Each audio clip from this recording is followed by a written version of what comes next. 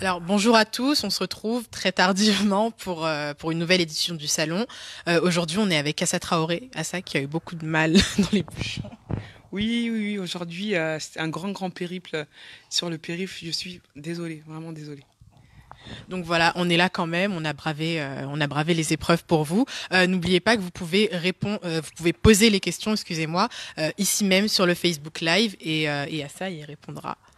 Alors du coup, je voulais commencer sur les actualités du mois dernier. Yacouba a été incarcéré.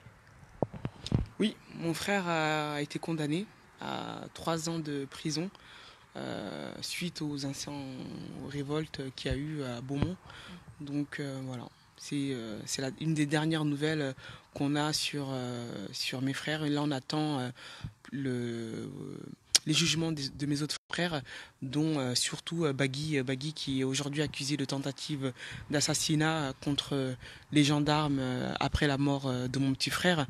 Mais il faut savoir que Bagui, c'est un élément important, c'est une personne importante dans le combat de mon frère, parce que c'est le témoin principal, c'est le premier à l'avoir vu vivant, c'est le premier à l'avoir vu mort. Donc aujourd'hui, Bagui, il faut l'isoler, Bagui, il faut l'éteindre. Donc quand on aura le procès de Bagui, on communiquera et on espère qu'il y aura énormément de monde, parce qu'aujourd'hui Bagui risque beaucoup en termes de peine de prison.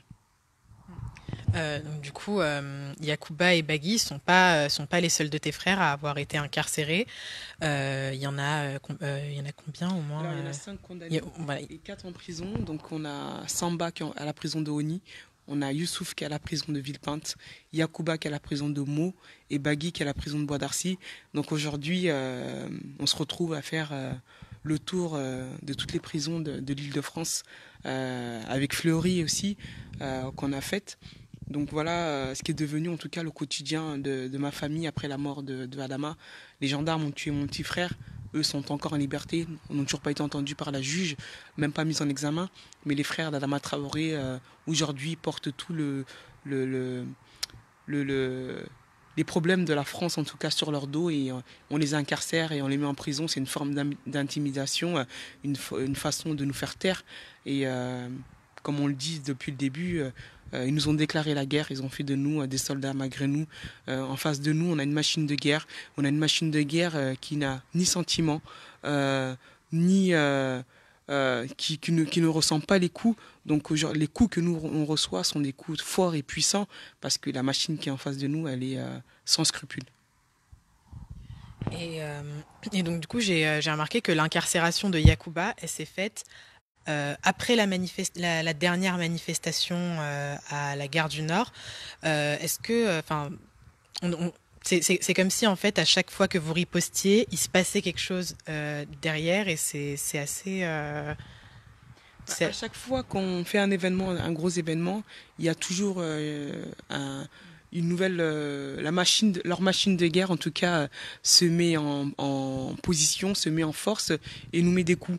Donc oui, à chaque fois, il y a un de mes frères qui va aller en prison, il y aura des gardes à vue, il y aura des jeunes de nos quartiers qui vont aller en prison. Donc voilà notre quotidien.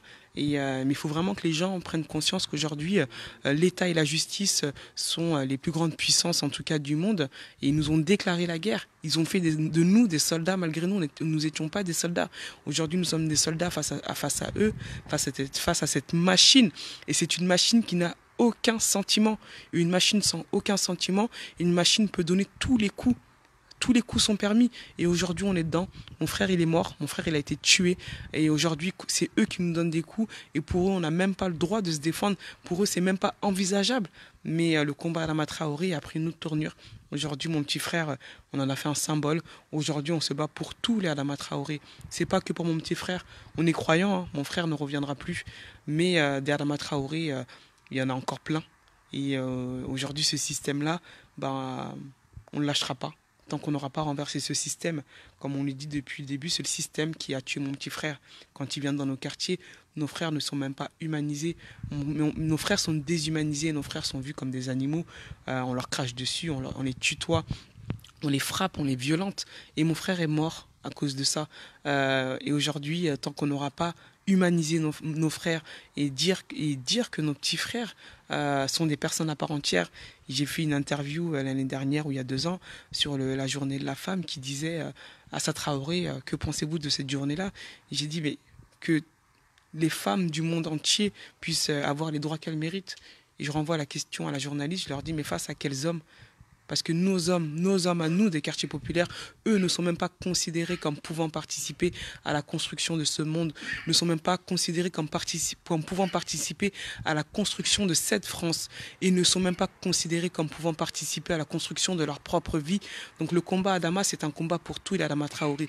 Et tant qu'on n'aura pas renversé ce système-là, et tant qu'on n'aura pas dit que nos frères sont là aussi pour participer à la construction de cette France et qu'ils n'ont pas de droit de mort sur leur vie, le combat on ne lâchera pas. Du coup, comme tu le disais sur ton livre, à la mort de ton frère, tu as décidé que ce décès ne serait pas un fait divers. Alors, à l'Obs, le média l'Obs, tu dis que tu veux faire de la dignité une discipline. Qu'est-ce que tu entends par cette citation? On a tué mon frère comme si c'était un chien. Adama Traoré, il vient d'une grande famille. Adama Traoré avait une famille. Mon frère n'est pas mort dans des conditions dignes. Et on a humilié ma famille.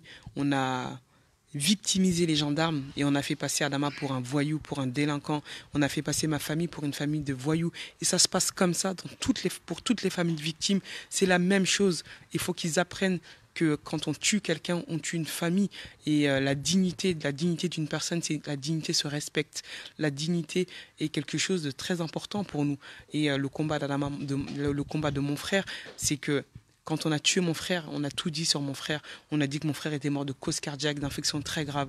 On a dit que mon frère était mort sous l'emprise de la drogue, sous l'emprise de l'alcool. Et c'est ce qu'ils font pour toutes les victimes. Et on se bat aujourd'hui, on s'est battu pour l'honneur et la dignité de mon petit frère, pour l'honneur et la dignité de Adama. On l'a tué à l'âge de ses 24 ans, mais on ne lui enlèvera pas sa dignité et son honneur. Et ça, on l'a rétabli, on s'est battu pour ça.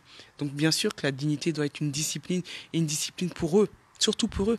Parce que c'est eux qui nous retirent cette dignité-là. Mais cette dignité-là, elle est là et ils ne peuvent pas nous l'enlever.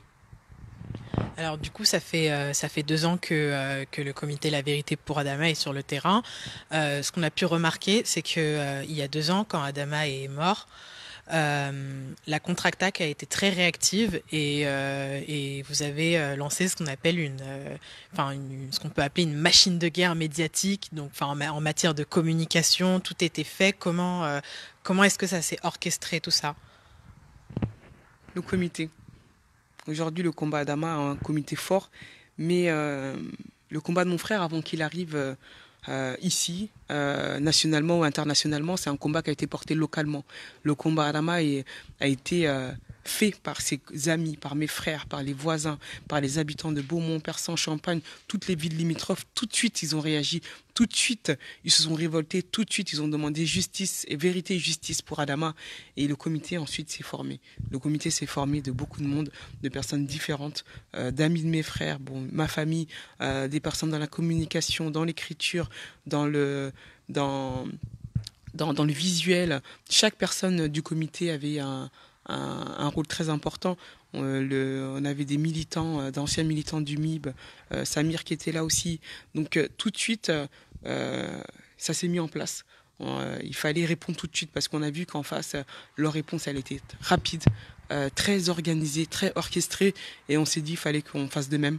Et il fallait qu'on réponde tout de suite. Donc la médiatisation, oui, on l'a mise en place. On a créé la page Facebook 2 jours après la mort de mon frère.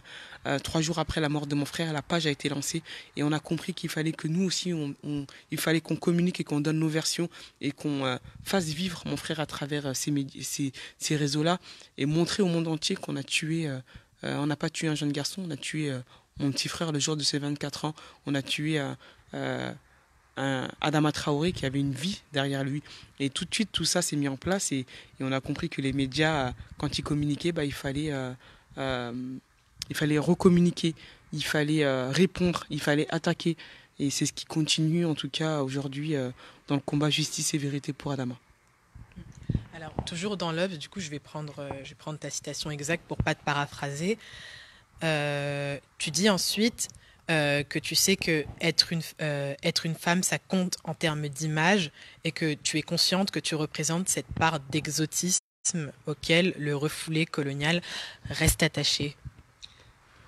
Aujourd'hui, et comme depuis toujours, comme depuis le temps de l'esclavage, la femme a toujours été le fantasme des colons blancs. L'homme a toujours nui. L'homme était celui-là qu'il fallait faire fuir. L'homme, il fallait le tuer. L'homme dérangeait. Et la femme est toujours restée ce fantasme de l'homme, du colon blanc. Et c'est même pas moi, c'est toutes les femmes, qu'on soit asiatique, qu'on soit maghrébine, femme noire, Amérique du Sud. L'exotisme de la femme, de ça plaît au colon blanc, à l'homme blanc. Et c'est ce qui est... et malheureusement, aujourd'hui, nos frères nuisent à cette société-là. Nos frères sont dérangeants. Nos frères, il faut les éliminer. Nos frères, il faut les tuer. Nos frères, il faut les violenter. Nos frères, il faut les mettre dans les prisons. Nos frères ne doivent même pas... On veut les écarter de cette société-là. Aujourd'hui, c'est ce que représentent ces jeunes des quartiers populaires, nos frères noirs, nos frères arabes, nos frères qui des gens du voyage, toutes ces personnes-là. Aujourd'hui, même quand on voit dans les quartiers, même les personnes blanches, aujourd'hui, les hommes blancs sont attaqués quand on est d'une très grande précarité. Et aujourd'hui, ils nuisent à cette société-là. On était au jugement de Yacouba. On a le procureur qui a dit que ce sont des terroristes de quartier. Voilà comment on emploie, comment on décrit nos frères de quartier populaire, ces jeunes-là. Aujourd'hui, on en parle comme si c'était des terroristes de quartier. Parce que tout à l'heure, je disais qu'ils ne peuvent pas participer à la construction de cette France, mais pour eux, ils peuvent y participer en remplissant ces prisons-là. Parce qu'il faut les remplir, ces prisons-là. Pour eux, la prison est un moyen... c'est comme si on mettait nos frères sur un plateau d'argent et qu'il fallait le servir à tous ces grands hommes qui, eux, faisaient les lois. Donc oui, nos frères nuisent. Et la femme, non. La femme, c'est différent. La femme, ça sera subtil. En tout cas, ça sera attaqué différemment, mais pas de la même façon que nos frères, avec une très grosse violence, qui vivent au quotidien dans nos quartiers. Aujourd'hui, on peut même dire que nos frères sont même au bord de la mort. Il suffit, ils ont un pas dans la vie, sur la vie et un pas dans la mort. Et c'est ça qu'il faut pas. Et du coup, c'est pour ça que c'est de là où il vient ce choix de te mettre plutôt toi en avant, enfin, en matière de communication.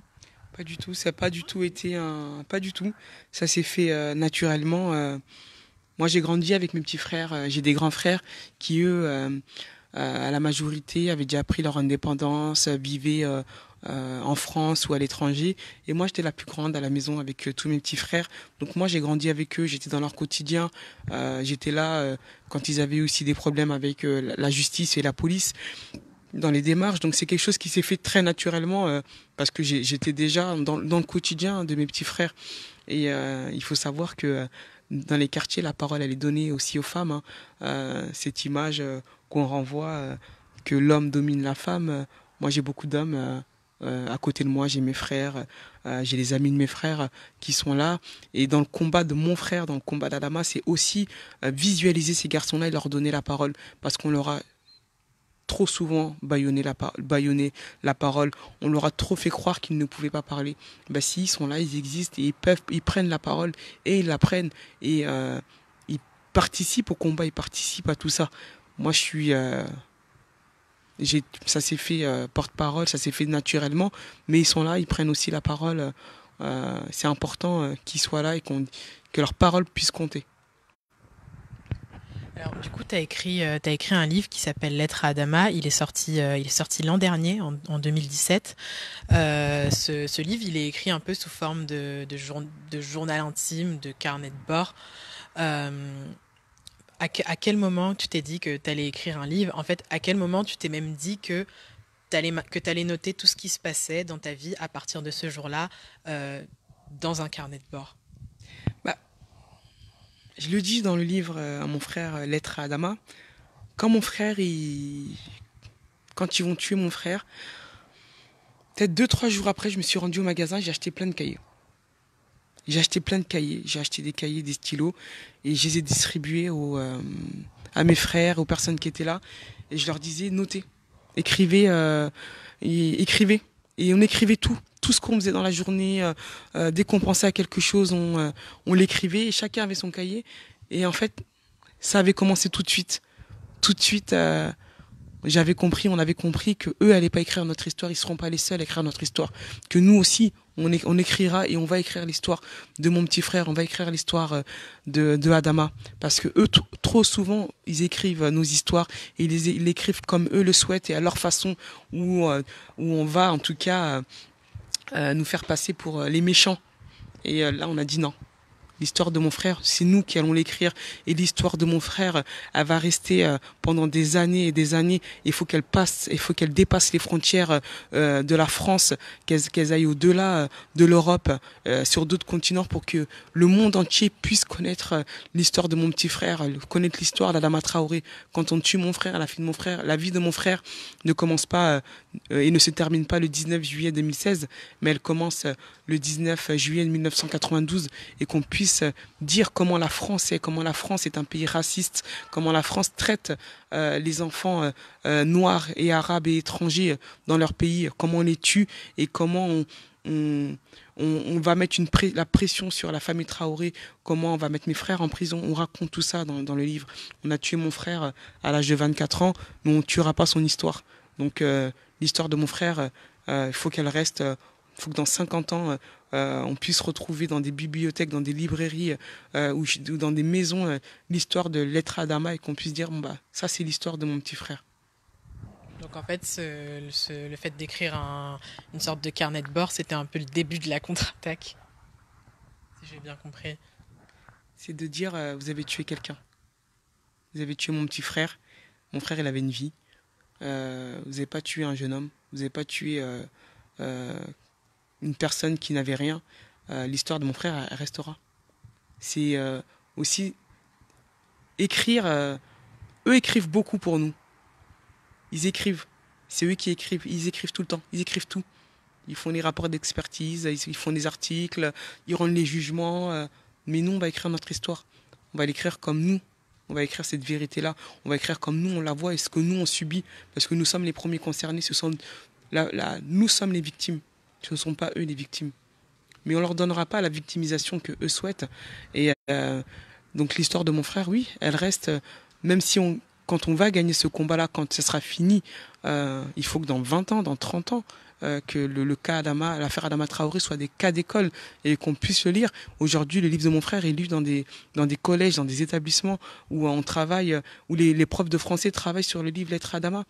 Et on a réussi à garder l'histoire de mon frère et le nom de mon frère à jamais. Et c'est ça le plus important. Okay, merci beaucoup à ça. Alors, n'oubliez pas que si vous arrivez maintenant, n'oubliez pas que vous pouvez poser vos questions sur le Facebook Live et du coup, Assa y répondra. Je jetterai un coup d'œil sur mon téléphone de temps en temps. D'ailleurs, je vais le faire maintenant. On me dit de le faire maintenant. Alors, apparemment, nous avons des questions. C'est vrai ? Oui, oui, on a des questions, oui.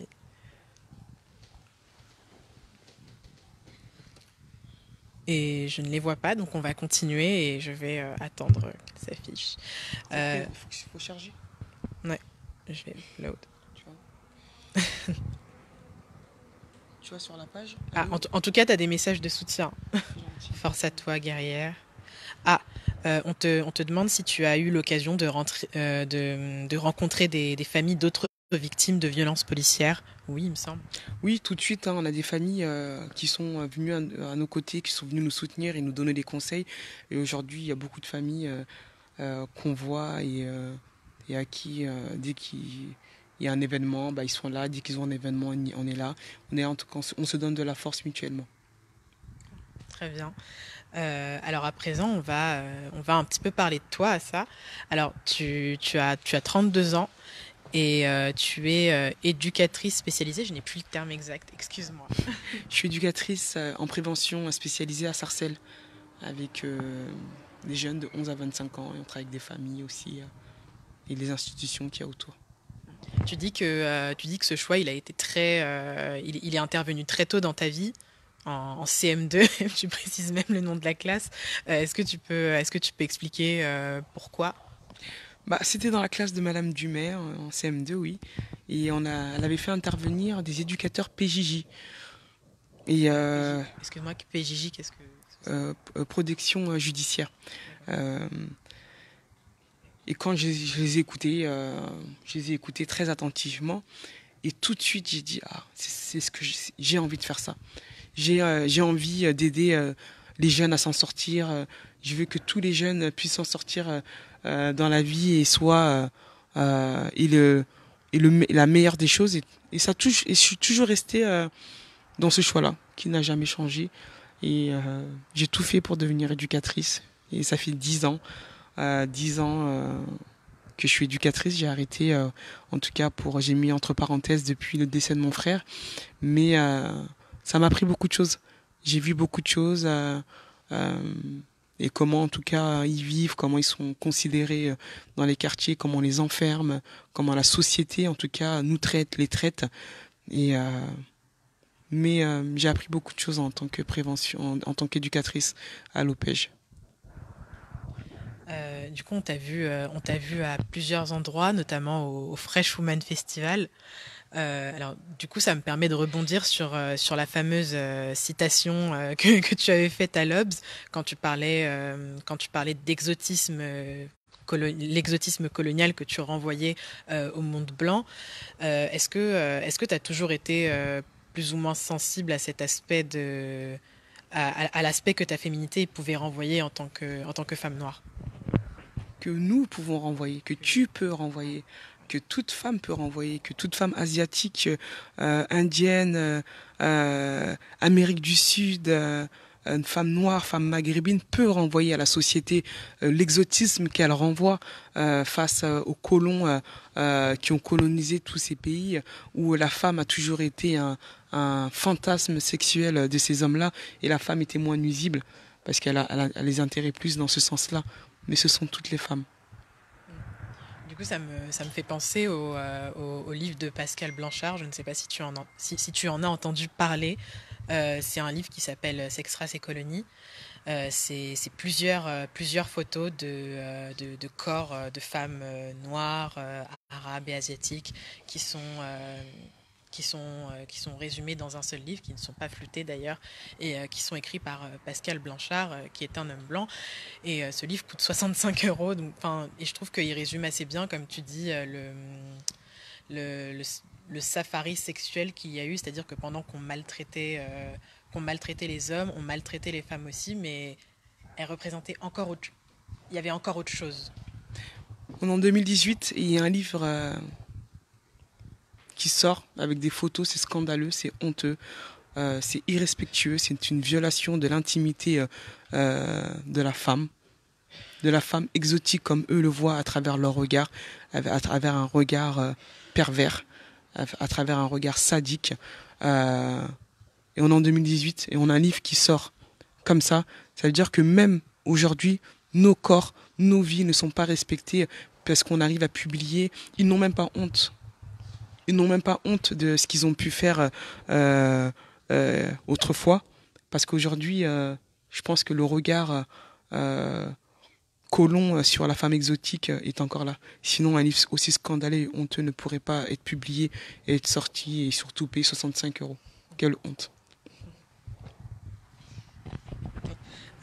On me dit qu'il y a une deuxième question. Alors,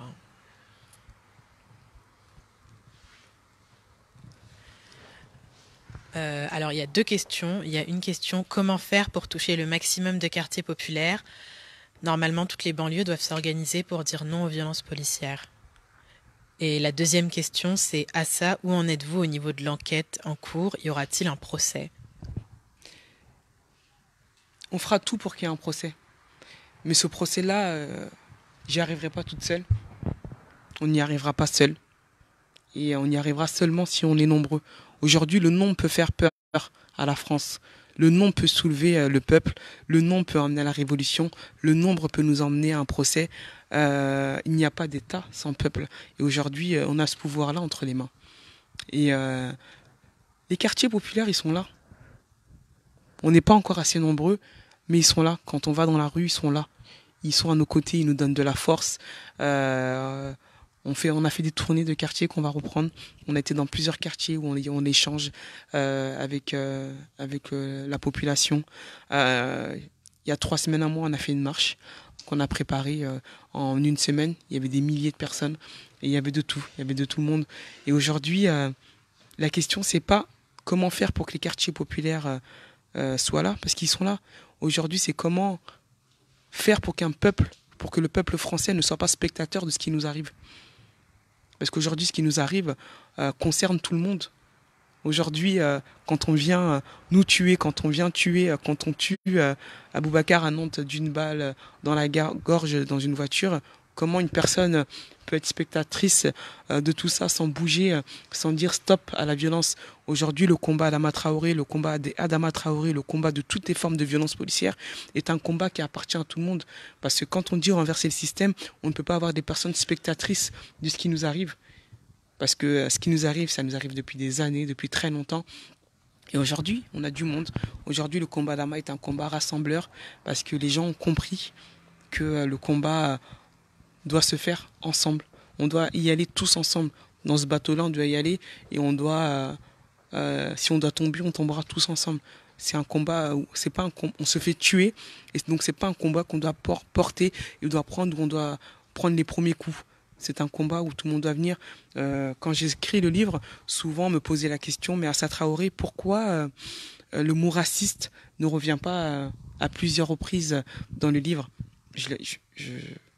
Je disais, mais après vous avoir raconté mon histoire ou après avoir lu le livre, si pour vous, vous n'avez pas compris qu'il y a du racisme, c'est que vous avez un réel problème. J'ai pas besoin de faire une thèse sur le racisme.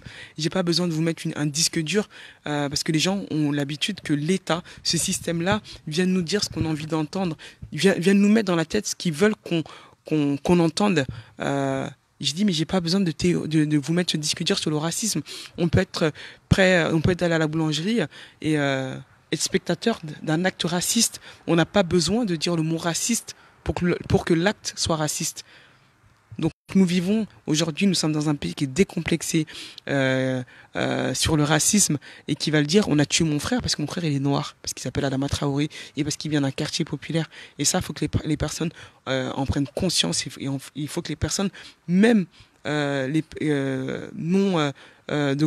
personnes de pas de couleur, puissent le dire.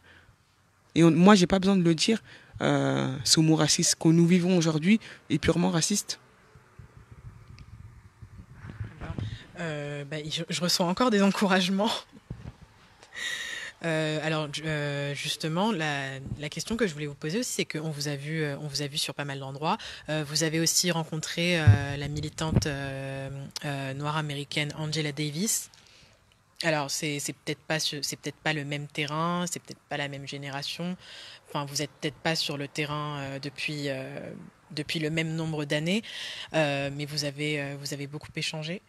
Qu'est-ce que cet échange il t'a apporté? C'est pas de la même génération. De ce que tu as dit, ça c'est important. Et c'est que tu te dis, plus de 40 ans, 50 ans après, on utilise encore les mêmes mots, les mêmes phrases. On va dans le même combat et on se dit, mais c'est pas normal. Et ça n'a pas changé. Nous sommes encore dans un État qui est raciste, dans un pays ou dans un monde où nos vies ne valent pas d'être vécues, où on nous tue sans qu'il y ait de justice. Et quand je vois Angela Davis, c'est comme si on n'y était pas à son époque, mais c'est à travers elle, on le vit, et on le voit par rapport à tout ce qu'ils ont vécu, parce que les mots n'ont pas changé. Mais on avance. On avance et elle est encore là. D'autres personnes sont encore là et se battent encore. Mais le monde va changer. Il y a eu des révolutions. Il y a eu des belles révolutions. Il y a des choses qui ont évolué. On y arrivera, nous aussi. Peut-être qu'on passera par une révolution. Si moi, aujourd'hui, je suis là en tant que femme noire, à m'exprimer librement et dire ce que je veux, toi, tu es là en tant que femme noire, en tant que femme déjà, et femme noire, avec ton média, faire un média dans la plus grande liberté que tu veux. Des personnes se sont battues. Des personnes se sont battues pour que nous, on puisse accéder à ces droits qu'on nous avait enlevés, des droits auxquels on nous avait privés. Donc nous aussi, on doit continuer dans cette continuité-là, comme l'a fait Angela Davis, comme l'a fait Rosa Parks, comme l'a fait d'autres femmes et d'autres hommes aussi, pour qu'on puisse aujourd'hui porter ce combat, et dans la continuité de ce combat, c'est important. C'est important. Donc oui, cette rencontre, c'était une belle rencontre, mais on se dit, bon, c'est une rencontre qui est encore faite sur la mort de mon frère, sur la mort de d'autres personnes, et ça, c'est pas normal. C'est pas une rencontre où elle vient nous raconter son histoire, c'est une rencontre parce qu'on malheureusement on a vécu cette histoire-là. Alors du coup, on a eu des questions d'internautes avant le direct qu'on nous a envoyé en inbox. Alors, bonjour, je suis en train de relire Lettre à Adama et j'ai donc quelques questions. À la page 10, tu écris « Car nous sommes tous les enfants d'un même homme ». Peux-tu nous expliquer cette phrase dans son contexte et au-delà, si un sens plus large est à entendre? Non, nous sommes tous les enfants d'un même homme. On est 17 frères et sœurs, pas de la même maman. Quand mon père... pour ça qu'on écrit... quand on écrit Lettre à Adama, on écrit l'histoire de mon petit frère. On écrit l'histoire d'Adama Traoré. L'histoire d'Adama Traoré, elle commence... pour lui, en tout cas, elle commence le 19 juillet 1992, mais mon frère sort d'une grande famille, d'une famille digne, d'une famille aimante. Dans le livre, on raconte qui est Adama Traoré. On leur dit, vous savez qui est-ce que vous avez tué? Vous avez tué le petit-fils de personnes qui ont fait la guerre 39-45 en France. Mes deux grands-parents ont fait la guerre 39-45. Il y en a un qui est mort, il y en a un qui est reparti au Mali avec une jambe en moins. Et quand je dis le grand-père d'Adama Traoré, il y a des milliers, des millions de grands-pères qui sont morts sur le sol français, où leur sang coule encore sur le sol français. Et cette république a enlevé un de leurs petits-fils. Quand on écrit ce livre aussi, c'est pour leur dire, vous savez qui est le père de Adama Traoré? Mon père a quitté le Mali à l'âge de 17 ans, sac à dos au dos, traversant plusieurs pays en Afrique jusqu'à arriver en France, où il a construit cette famille. Et mon grand-père a été gouverneur de Caille. C'est le grand-père d'Adama Traoré. Mon grand-père maternel a fait la guerre sous la dictature de Moussa Traoré. Quand on tue quelqu'un avec une histoire. Vous avez tué Adama Traoré. Quand mon père va arriver, mon père va travailler pour cette France. Il va construire cette France-là. Mon père va construire une famille. Il va se marier avec deux femmes blanches, Elisabeth et Françoise, avec qui il va avoir 7 enfants. Ensuite, quand il va se séparer d'elle, il va épouser ma mère, qu'on appelle Mama dans le livre, et Tata, toutes les personnes qui ont lu le livre. Même Adama appelait sa mère Tata. Et aujourd'hui, seules les personnes qui étaient dans notre intimité savent que Adama et moi, on n'avait pas la même mère. Mais il faut juste... c'était seulement des personnes très proches de nous. Il appelait ma mère Mama, et nous, on appelait tous Tata, sa maman, comme lui le faisait. Et mon père a construit sa famille. Il a construit sa famille comme si il savait peut-être qu'il allait partir plus tôt, et que s'il allait partir, cette famille, il l'a construit dans le sens où il n'y a pas de demi-frères et sœurs chez nous. On est tous frères et sœurs. Tous. Moi, quand j'étais plus jeune, j'allais en vacances chez sa première femme, Françoise, qui habite à Bordeaux. Toutes mes vacances, mes grandes vacances, je les faisais à Bordeaux. Sa première femme, Elisabeth, quand elle s'est remariée, elle a eu des enfants. Et quand ses enfants venaient travailler à Paris, ils étaient hébergés chez mon père. C'est ça, la famille Traoré. Quand j'ai eu ma première fille, Françoise a fait 600 kilomètres avec une chambre... quand je suis rentré chez moi, elle avait fait la chambre de ma fille. Ça, c'est ma famille. Mon père a construit sa famille dans ce sens-là. Et aujourd'hui, quand il est parti, nous sommes tous les enfants d'un même père. Nous ne sommes pas tous sortis du même ventre, mais nous avons tous le même père. Mais c'est comme si on était sortis du même ventre. Et Adama, c'est mon petit frère. Et mes grands frères, c'est pareil. Et ils ont compris qu'aujourd'hui, la cellule familiale Traoré, notre cellule familiale, si on arrivait à la toucher, c'est ce qui nous ferait le plus mal. Ils ont vu qu'on était soudés, ils ont vu qu'on s'aimait beaucoup. Donc c'est pour ça, quand on vient attaquer mes frères et quand on vient frapper mes frères et les mettre en prison, ils vont toucher quelque chose de très sensible chez nous. Mais ils n'ont pas compris, c'est que plus ils nous attaquaient, plus on était fort. Parce que ça, c'est la famille Traoré et ça, c'est les enfants de mon père. Merci à ça. Ah, alors, il y a encore une autre question, qu'on va regarder ça tout de suite.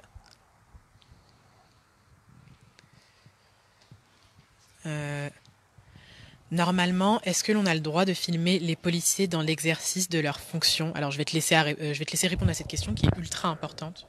Oui, vous avez le droit de filmer tout agent de force de l'ordre dans ses fonctions. C'est ce qu'il faut faire et c'est ce qui sauve beaucoup de vies. Moi, mon frère, quand il est mort, il n'y avait pas de téléphone.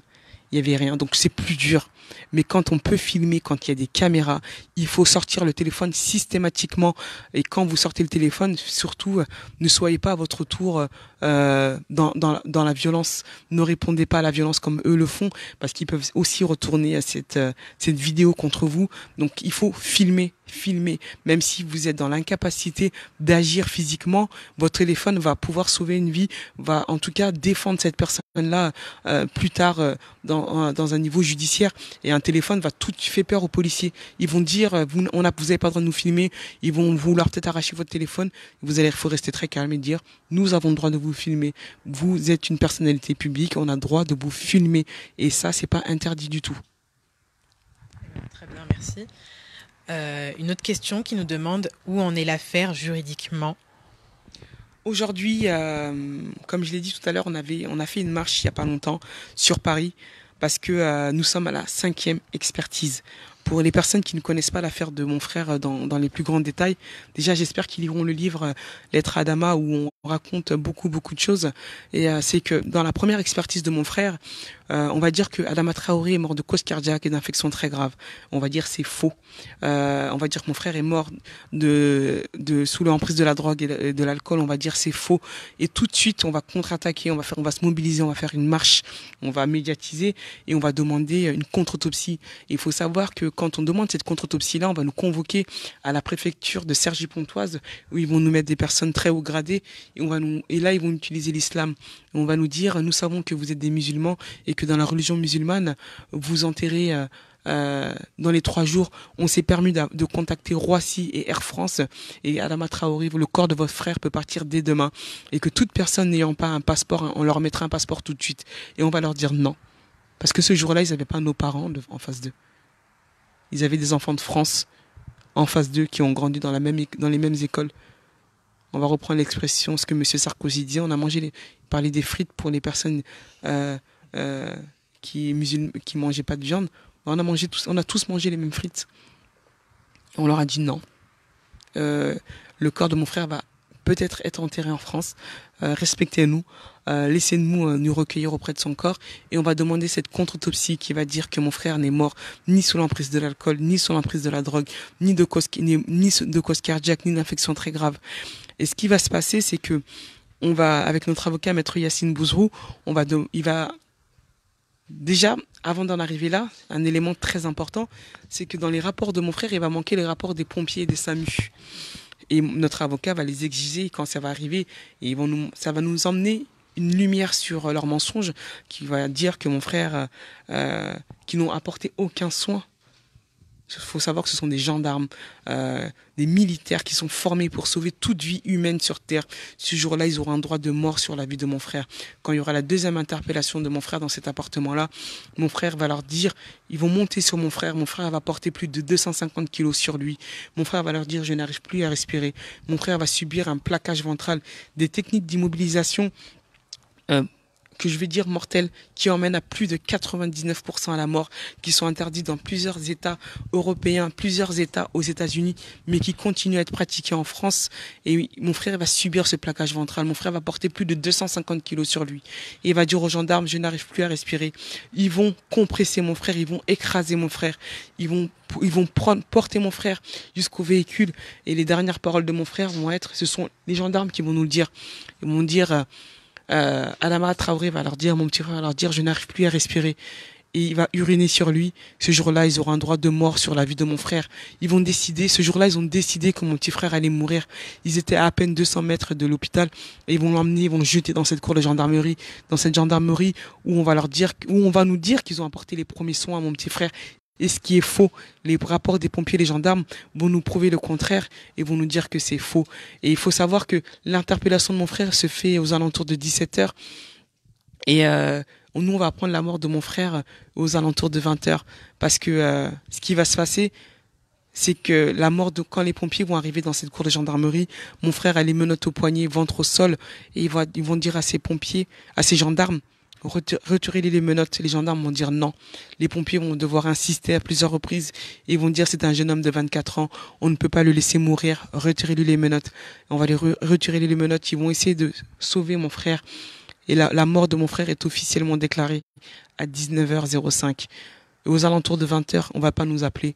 Un de mes petits frères, Samba, qui est en prison, quelqu'un va venir le voir et va lui dire, Samba, on a entendu dire que ton petit frère avait fait un malaise, allez voir s'il est à l'hôpital. Et mon frère va appeler maman, parce que Tata était au travail et moi j'étais en Croatie. J'étais parti un jour avant avec des jeunes sur un séjour, une semaine. Et les dernières paroles que j'ai échangées avec mon frère, c'était le dimanche 18. Je l'avais appelé, j'étais arrivé à Beaumont. J'ai vu tous mes petits frères et avant de partir, je l'ai appelé, j'ai dit à Adama, j'ai vu tout le monde, je t'ai pas vu, t'es où? Parce que je voyage et je voulais te dire au revoir. Et il m'a dit non, mais à ça, je suis parti à Paris, il fallait m'appeler avant. On se revoit lundi. J'ai dit, j'ai commandé un cadeau pour toi, il arrivera mercredi. On se voit lundi à Beaumont. Ce sont les dernières paroles que j'ai échangées avec mon petit frère. Et moi, j'étais pas là. C'est pour ça que je dis que le combat de mon frère est un combat local, est une force locale qui fait qu'on arrive, qui arrive nationalement et internationalement, et qui reste forte. Et aux alentours de 20h, mon frère va aller avec ma mère, avec maman à l'hôpital. Ils vont chercher Adama, ils vont appeler tous les hôpitaux où il n'y a pas d'Adama. Ils vont appeler les pompiers qui vont les basculer directement vers cette gendarmerie. Et mon frère va dire il y a un problème. Et ils vont m'appeler en Croatie. Ils vont dire il y a un problème, il se passe quelque chose de pas normal. Et ma mère va appeler Tata, et Tata qui sortait du travail, elle va dire à Tata, ne t'arrête surtout pas à l'hôpital, mais arrête-toi à la gendarmerie, il se passe quelque chose de pas normal. Et cette gendarmerie-là, Tata, vers 21h, elle va le sonner. Elle va dire je veux voir mon fils. Et on va dire madame, il fait tard, vous ne pouvez pas voir votre fils. On va dire mais j'ai entendu dire qu'il avait fait un malaise cardiaque. On va dire non, votre fils va très bien, il est en très bonne santé. Elle va dire, est-ce que vous appelez un avocat? On va lui répondre que si Adama Traoré a besoin d'un avocat, nous appellerons un avocat. Et elle va dire cette phrase que nos mamans vont dire, mais ce soir-là, comme si elle savait qu'il allait se passer quelque chose. Elle va dire, s'il arrive quelque chose à mon fils, je porterai plainte contre vous. Mais elle va pas partir. Et mon autre petit frère, Chekne, va apporter 3 sandwichs. Un pour Bagui, un pour l'ami de Bagui et un pour Adama. Les gendarmes vont prendre les sandwichs. Sauf que Beaumont est une toute petite ville de moins de 10 000 habitants. Le bruit va courir, qu'il se passe quelque chose de pas normal. Les villes limitrophes vont venir devant cette gendarmerie. Et aux alentours de 23h, mon petit frère Yacouba qui est en prison, qui on a mis en prison parce qu'il a mis son pied devant la porte de la gendarmerie. On va l'accuser de violence et d'intrusion dans la gendarmerie le soir de la mort de mon petit frère et on va le condamner. Et il va rentrer, il va voir un gradé, on va le laisser rentrer et on va leur dire si on vous dit quelque chose, est-ce que vous allez pas mal le prendre? Et là, bien évidemment, ma famille va dire non parce que pas une seule seconde on pense à la mort. Et c'est là qu'ils vont annoncer la mort de mon petit frère. Et là, c'est comme ça que le combat. Mon frère va se jeter par terre, va hurler, ma mère va pleurer, ils vont les gazer, ils vont se gazer toutes les personnes de dehors, ils vont les sortir. Et le combat, il commence là. C'est comme ça que le combat Adama Traoré va commencer. On n'a même pas pris 24 heures pour pleurer. Moi, j'étais en Croatie, j'ai dit que la mort de mon frère ne resterait pas un fait divers. J'ai commencé à appeler les journalistes tout de suite. J'ai pris mon téléphone de la Croatie. Moi, je suis arrivé le 20 en France. Et c'est là que ils ont parlé de cause cardiaque où on va demander cette contre-expertise. Ensuite, quand la contre-expertise va arriver et prouver le contraire et le mensonge de tous ces gendarmes, notre avocat va demander à ce que le procureur Yves Janier soit muté et dessaisi de l'affaire. C'est ce qui va être fait avec le soutien du procureur de Versailles. On va demander à ce que l'affaire de mon petit frère soit dépaysée. L'affaire va arriver à Paris. Elle va arriver à Paris au mois de janvier. Et quand elle arrive à Paris au mois de janvier, les juges, 3 juges vont être nommés sur l'affaire de mon petit frère et elles vont refaire une nouvelle expertise qui sera la troisième, parce que la première, ça sera celle qui vont faire. La deuxième, ça sera sur les tests toxicologiques qui vont dire que mon frère n'est pas mort de cause cardiaque et d'infection très grave. Eux vont refaire une nouvelle expertise qui va dire que mon frère n'est pas mort de cause cardiaque et d'infection très grave, qui va venir confirmer la nôtre. Mon frère a bien porté 250 kilos. Mon frère a été asphyxié sous le poids de ces gendarmes-là. Ensuite, nous avons une dernière expertise qui va sortir en septembre.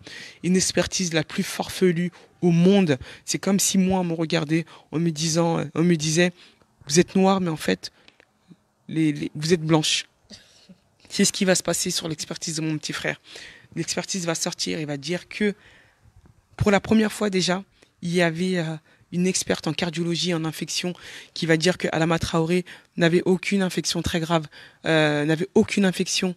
Il y avait une experte en cardiologie qui va dire qu'Adama Traoré avait un cœur en pleine forme et avait un cœur d'athlète.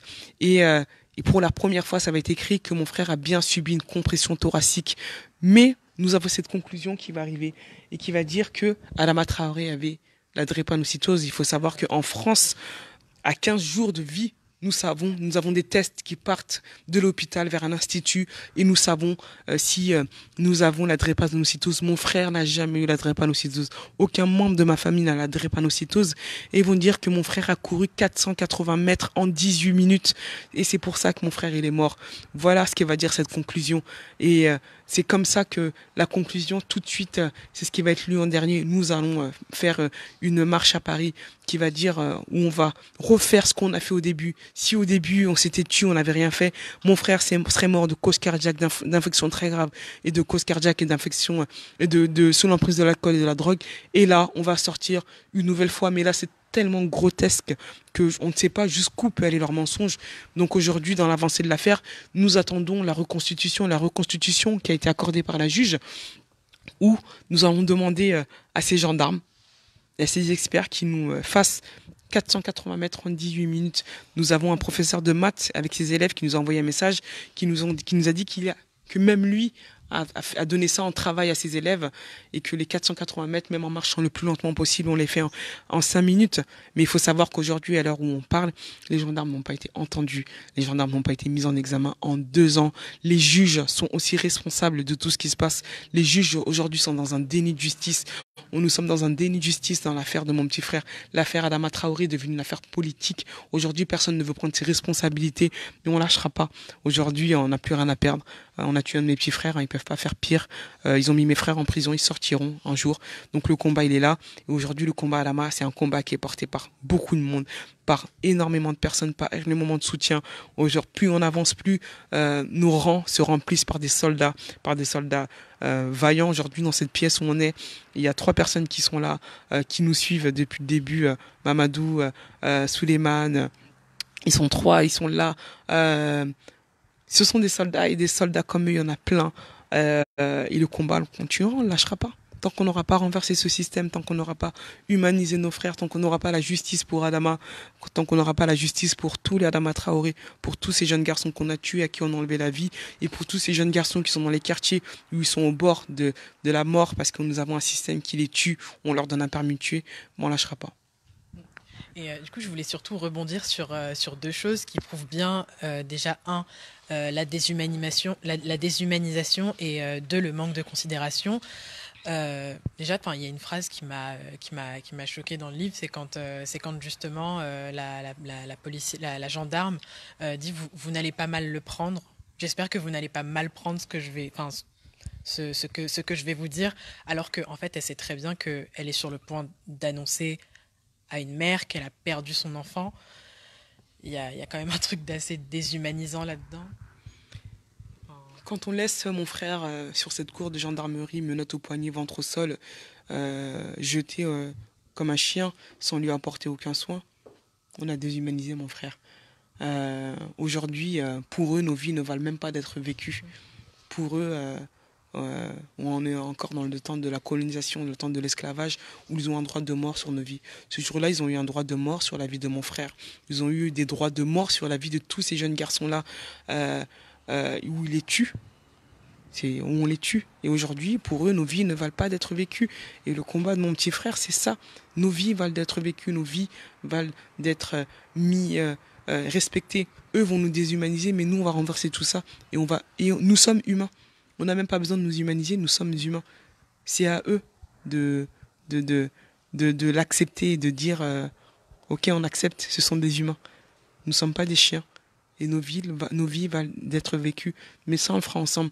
Parce qu'il ne faut pas qu'il y ait des spectateurs dans ce combat-là. C'est un combat où on doit aller ensemble. Alors à ça, j'ai encore une autre question. Il va falloir que je remonte un petit peu, du coup. Ah, 2 questions. Il y a une personne qui demande que peut-on faire pour vous aider, que peut-on faire pour vous aider? De quoi avez-vous besoin? On a besoin de beaucoup de choses. On a besoin de beaucoup de soldats. Mais on a besoin de soldats qui remplissent nos rangs quand on est dans la rue. On a besoin de soldats derrière leurs écrans. On a besoin de tous les soutiens, qu'ils soient présents ou pas présents, qu'ils soient dans l'ombre ou dans la lumière, mais que chacun relaye l'information à sa façon et comme ils le peuvent. Et on a besoin aussi, quand on écrit le livre de mon petit frère, on écrit aussi, c'est pour gagner de l'argent dignement. Aujourd'hui, le combat, il faut pas se mentir. L'argent est le nerf de la guerre aujourd'hui. Si on n'a pas d'argent, on ne peut pas avancer dans le combat. Il faut savoir qu'une expertise, ça coûte 4 000 euros. Il faut savoir qu'aujourd'hui, nous sommes à 5 avocats. Il faut savoir que cette machine de guerre qui est en face de nous, qui n'a aucune pitié, qui n'a pas de cœur, va nous épuiser aussi financièrement. Donc, quand on écrit le livre de mon petit frère que tu as là, Lettre à Adama, c'est un livre qui coûte 17 euros. Et chaque livre acheté, chaque livre est reversé en tout cas à la cause de mon petit frère. C'est un livre qu'on peut trouver dans les librairies, à la FNAC, qu'on peut trouver sur Amazon, sur Internet. On vend des t-shirts. Le t-shirt que j'ai là, Justice et Vérité pour Adama, qu'on vend 10 euros à chaque fois qu'on se déplace, qu'on a mis sur le site Internet qu'on vous donnera. On a une cagnotte en place pour que les gens puissent nous faire des dons, pour qu'on puisse en tout cas avancer dans ce combat qui nous épuise, où ils veulent nous épuiser en tout cas physiquement, mentalement et financièrement. Mais aujourd'hui, le combat à Adama est un combat porté par beaucoup de monde, où on a beaucoup de soutien, où on a beaucoup de soldats, donc on y arrivera. Alors, du coup, tu as répondu à la question qui demandait où est dispo le livre. Donc en fait, il est dispo un petit peu partout. Partout, sur Internet, librairie, la FNAC, Amazon, partout. Et quand on se déplace dans les événements, on a des livres et des t-shirts. Question qui vient juste d'arriver. As-tu le soutien de certains politiques? Oui, aujourd'hui, il y a des politiques qui nous soutiennent, mais le soutien n'est pas arrivé comme ça. Vous savez, quand mon frère se fait tuer, on n'a pas beaucoup d'hommes politiciens courageux qui vont prendre leur courage à deux mains et dénoncer ce système-là. Si les politiciens aujourd'hui, c'est ce que je leur dis, si les politiciens avaient fait de la violence policière une question prioritaire, peut-être que mon frère ne serait pas mort. C'est qu'aujourd'hui, on a banalisé tout ça. Aujourd'hui, les violences policières n'ont pas été forcément considérées. Aujourd'hui, on se bat pour qu'elle soit une priorité pour ces politiciens. Moi, je suis pas ministre, je suis pas présidente de la République, je suis pas député. Si j'avais ce pouvoir-là, peut-être qu'on changerait beaucoup de choses. Mais aujourd'hui, eux l'ont. On a été les voir, on leur a dit, on a fait un braquage de cortège de manif le 26 mai, je crois, où ils vont parler de nous. Parce qu'aujourd'hui, ils font sans nous. Et faire sans nous, c'est faire contre nous. On leur dit, aujourd'hui, vous n'allez pas faire sans nous. Nous sommes là, on existe, on est vivant. Par contre, les décisions, quand vous allez les prendre avec nous. Et vous n'allez pas les faire contre nous. Et tout ça, vous allez prendre vos responsabilités. C'est vous qui êtes à l'Assemblée. C'est vous qui êtes garant de nos droits. C'est vous qui êtes garant de la justice. C'est vous qui êtes porte-parole de ça. Parce que moi, je ne peux pas le porter à l'Assemblée. Toi, tu ne peux pas parce qu'on n'a pas ce pouvoir-là. Par contre, eux, ils l'ont. Et on leur a dit, ça, vous devez le porter. Par contre, quand on fait des manifestations, on veut vous voir. Quand il y a des événements, on veut vous voir. Et là, on pourra peut-être échanger avec vous. Par contre, quand il y a une table ronde et que les décisions sont prises, il ne faut pas le faire contre nous. On ne parle pas de mon frère si je ne suis pas là. On ne prend pas de décision de mon frère. Et comme pour nous, dans les quartiers, et aujourd'hui, ils sont là. Aujourd'hui, ils viennent. Mais c'est pas encore la question. Les violences policières n'est pas encore devenue une priorité pour ces hommes politiques. Et tant que ça ne deviendra pas une priorité, on continuera à tuer encore nos frères. Merci beaucoup à ça. Alors, je sais qu'il y a des personnes qui viennent d'arriver. N'oubliez pas, pardon, que vous pouvez toujours poser vos questions sur le Facebook Live. Alors, du coup, je vais revenir au message que la personne avait envoyé avec les plusieurs questions. La personne demande également quelles sont les choses, les valeurs essentielles transmises par ton père à toi particulièrement et à ta fratrie plus largement. Mon père, il nous a appris à nous aimer, hein. Mon père a toujours, lui, a toujours soutenu sa famille quand il était en France. Il a fait venir ses frères, il a nourri sa famille. Pour lui, c'était une évidence, hein, qu'on soit dans sa continuité. Il nous a appris à nous aimer. Et quand on apprend à s'aimer, n'importe qui, je pense qu'après, toutes les autres valeurs vont s'en suivre, hein. On se respecte, on s'entraide. On est là on est surtout là quand l'un a un problème, bon, on est là. Et ça, je pense que c'est le plus important. Alors, tu reçois un tas d'encouragements, vraiment. Merci. En tout cas, on remercie vraiment toutes les personnes, hein. Il y a beaucoup de personnes qui nous disent oui, on n'a pas pu venir manifester. Plus on est nombreux, mieux c'est. Mais on a besoin de tous les soutiens, même derrière leur petit écran. Quand ils partagent, quand ils relayent, quand ils sont là, quand ils nous font un texte, quand ils nous font un dessin, tout soutien est important et on remercie en tout cas tous ces soutiens-là quand on gagnera le combat justice et vérité pour Adama, quand on gagnera le combat pour tous les Adama Traoré, en tout cas toutes ces personnes-là, on pourra dire que vous avez dans 20 ans, quand vous parlerez du combat la vérité pour Adama, vous pourrez dire j'ai participé, même si c'est de la plus petite façon, vous pourrez dire j'ai participé à un changement dans l'histoire, j'ai participé à l'histoire qui a révolutionné quelque chose, qui a renversé le système, j'ai participé à l'histoire d'Adama Traoré, de tous les Adama Traoré. Donc tous les soutiens sont importants. Très bien. Merci à ça. Merci de nous avoir consacré de ton temps. Merci à vous de nous avoir suivis. Je tenais à faire un petit point remerciement aussi. Ça fait 1 mois que le salon existe. J'ai nous d'ailleurs, toute l'équipe, parce que je ne suis pas seule. Il y a des personnes qui travaillent avec moi et qui sont d'un énorme soutien. Je reçois beaucoup de points positifs et beaucoup d'encouragement de la part de personnes que je connais, de la part de personnes que je connais moins. Donc je vous remercie vraiment et on se retrouve la semaine prochaine. Je peux juste rajouter quelque chose? Bien sûr. Je sais que vous ne le faites pas d'habitude, mais je veux qu'on les voit. Ils sont tout le temps là. Okay. Moi, je veux juste demander à ceux qui nous soutiennent tout le temps, ils sont là, de venir et d'être là. Et venez, vraiment, ils sont tout le temps là, ouais. On peut venir. C'est important qu'ils soient eux aussi mis dans la lumière. Voilà. Ils sont là tout le temps. Voilà. Et avec Nia Mariama qui fait partie du comité. Et donc le comité est très large, hein, et très grand. Il y a beaucoup de monde. Mais très particulièrement, ils sont tout le temps là. Okay. Et, donc Mariama, c'est mon Salif. Suleiman. Mamadou Mohamed. D'accord. Ok. Voilà. Écoutez, merci de votre présence à tous et à toutes. Vous le faites pas, mais je l'ai fait. Non, mais t'as totalement raison. Merci à toi, merci à toute ton équipe en tout cas de pouvoir nous visibiliser dans le combat. C'est ça un soutien. C'est aussi notre combat. Et tu rentres dans l'histoire, vous rentrez dans l'histoire. Vous pourrez dire dans 15 ans, dans 30 ans, on a participé au combat à la vérité et justice pour Adama. Donc merci et j'espère que grâce à vous, en tout cas, beaucoup de monde vont rentrer dans nos rangs pour aller face à ce système qui tue nos vies en tout cas. Merci beaucoup et merci à vous tous. Alors, je tiens à faire un petit clin d'œil à la personne qui m'a habillée, qui s'appelle Alex Rotin. Et qui est, merci beaucoup, et qui est derrière, et qui est très timide, et qui ne... Ah non, voilà. Ah non, mais aujourd'hui, on fait venir tout le monde. Hein. Oui. Donc le styliste Alex Rotin, ici, je ne sais pas si on le voit bien. Voilà. Ben, en tout cas, merci beaucoup Alex Rotin pour cette magnifique robe. Et quant à nous, y a encore quelqu'un à faire venir ou c'est bon?